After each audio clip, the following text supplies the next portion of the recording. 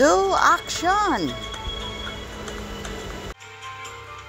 Hi mga ka-Chilipi! Kumusta na po kayo ngayon? At yan, harap po muli si Madam Chair at samahan niyo po ako sa isa na naman po nating vlog ngayon. At ano po ba ang ating ibabahagi sa araw na ito? Let's go! Samahan niyo po ako. Tara! Keep moving!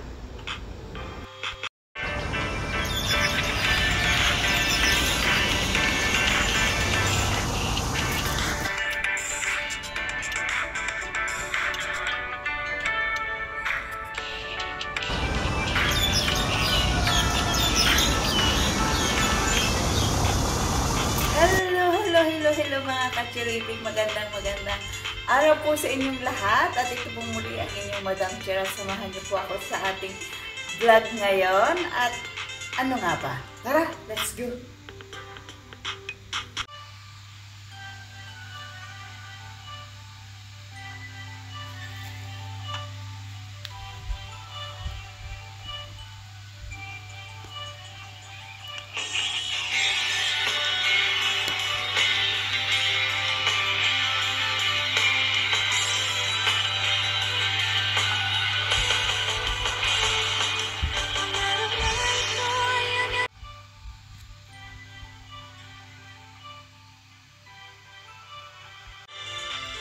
Yan, ang ibabahagi po natin ngayon sa ating Madam Chair channel ay pagiging OFW pa rin natin dito sa Hong Kong.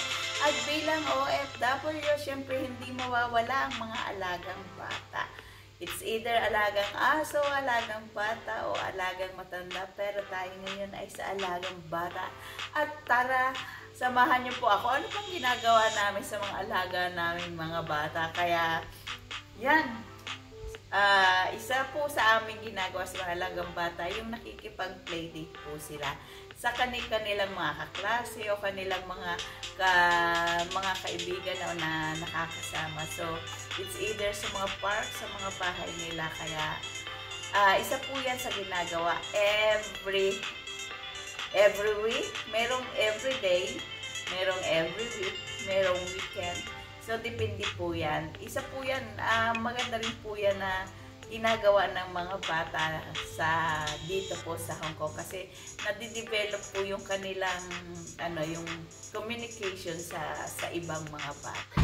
Bilang isang OFW, isa sa ating mahalagang ginagampanan ay ang pag-aalaga ng mga anak ng ating mga employer.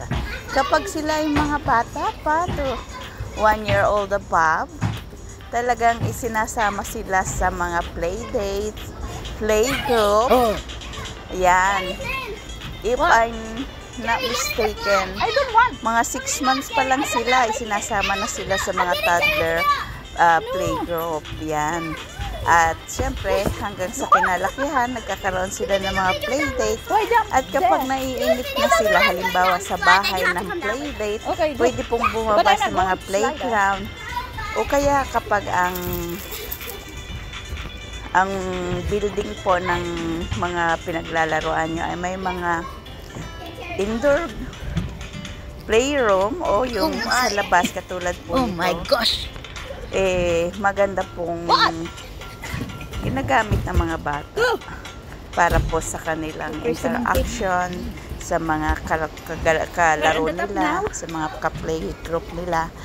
At napakaganda na may mga ganitong mga lugar kasi kung mapapansin natin ang mga kabataan ngayon, mostly nasa gadget na po talaga ang kanilang attention, ang kanilang mga ginagawa. At kapag hindi po natin nasusubaybayan o naaawat po sa paggamit ng mga gadget, hindi naman po maganda na sa buong maghapon o sa mahabang oras po ay gadget po ang kanilang hinahawakan. So why na magkaroon po ng mga playdates o dalhin sa mga park o kaya't mga indoor games na may mga kasama po sila.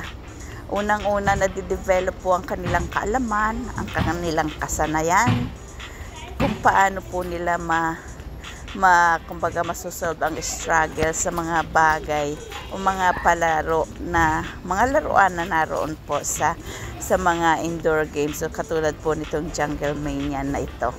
At yun. At siyempre mga kachiripi, kung umabot na kayo sa ganito kahabang video ko, ano po ba ang mga na-experience nyo din bilang sa mga kapwa ko OFW?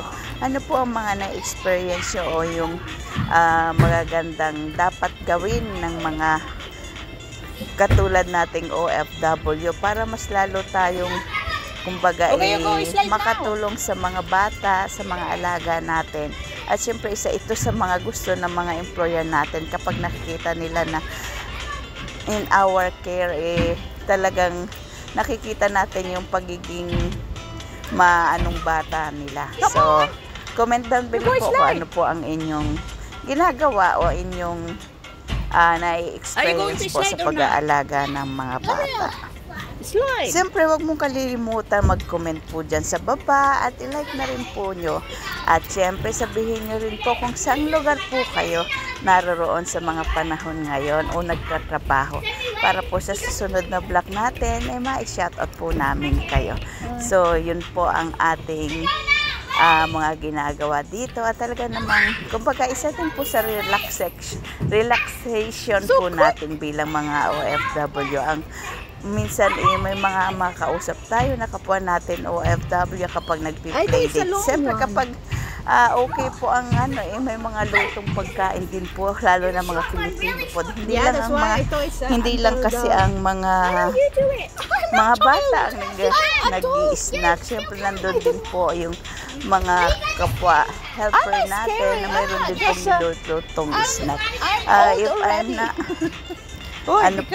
mistaken, dito sa amo ko, sa employer ko, ganun din po doon sa mga dati kong employer, mas marami ang niluluto pa na snack o food para sa mga helper.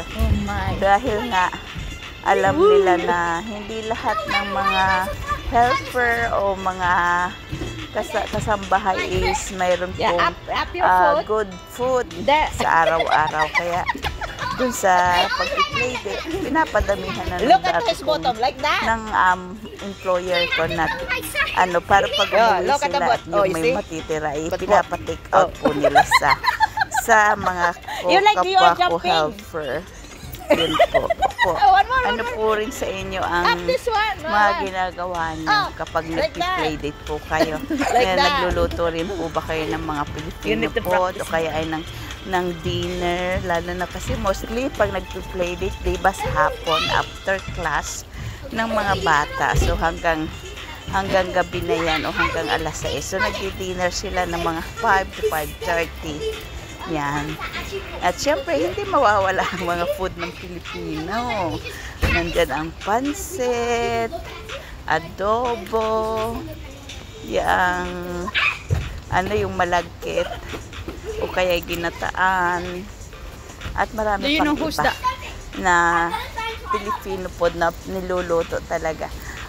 Mostly noon niluluto ko is pansit kasi gustong-gusto ng employer ko ang pansit at maging yung biko.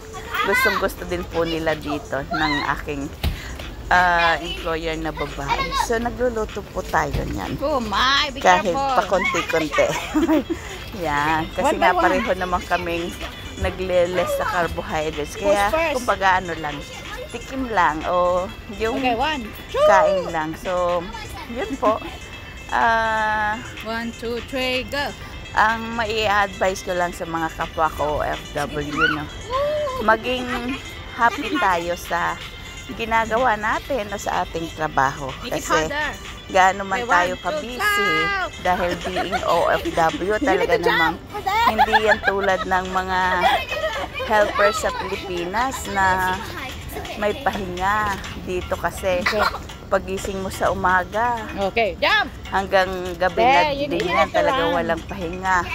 Mas more yung lahat ay sa kanila na talagang hindi ka makakaupo. Ako nga na hindi namamalengke, hindi nagluluto, hindi talaga 100% na like that. nakasubaybay sa mga alaga kasi hands-on ang aking employer. Okay, go! Yeah! Napapagod pa rin. Much more yung yung mga talagang walang pahinga. Tapos minsan hindi na rin sila makaluto ng food nila kasi nga yung iluluto mo para sa pagkain mo, ipapahinga mo na lang. Oh, be careful your nose. Ang advice ko lang is huwag pong magpapagutom. Mag-stock po kayo ng kahit na mga easy food katulad ng like that. dilata o kaya ng noodles, yung madali lang lutuin paminsan-minsan. Okay, mga biscuit at saka syempre kape, mga chocolate drinks para iba-iba po ang napupunta sa ating katawan. Ganon din yung mga fruits, kailangan laging may fruits po tayo. Para po, yun ang ating kinakain, hindi man tayo makapagluto. Kasi katulad halimbawa na susunduin natin sa school, yung mga bata, tapos diretso sa playdate. Talagang hirap po magkaroon ng time para po sa ating sarili. Kaya yan, paano pa kung halimbawa is kasama pa tayong maglalaro ng mga bata katulad dyan na talaga maghahabulan, mag-i-slide, magja-jump kasi may jumping area. So kailangan talaga meron tayong energy para po maano natin yung ating mga alaga. So sana'y nagustuhan niyo po yung aking ibinahagi ngayon at napaka ganda po na dinadala natin ng ating mga bata sa play date at syempre sa mga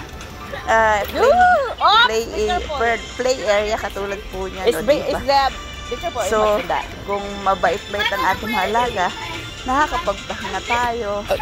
Nakakausap natin yung kapwa natin OFW, basta ang ating mata ay nasa kanila po. Ayan, at sana'y naibigan niyo po ang ibinahagi natin ngayon. At siyempre, kailangan maraming patient ka, di po ba? Lalo na pag mga alagang bata mo. At siyempre, healthy ka rin.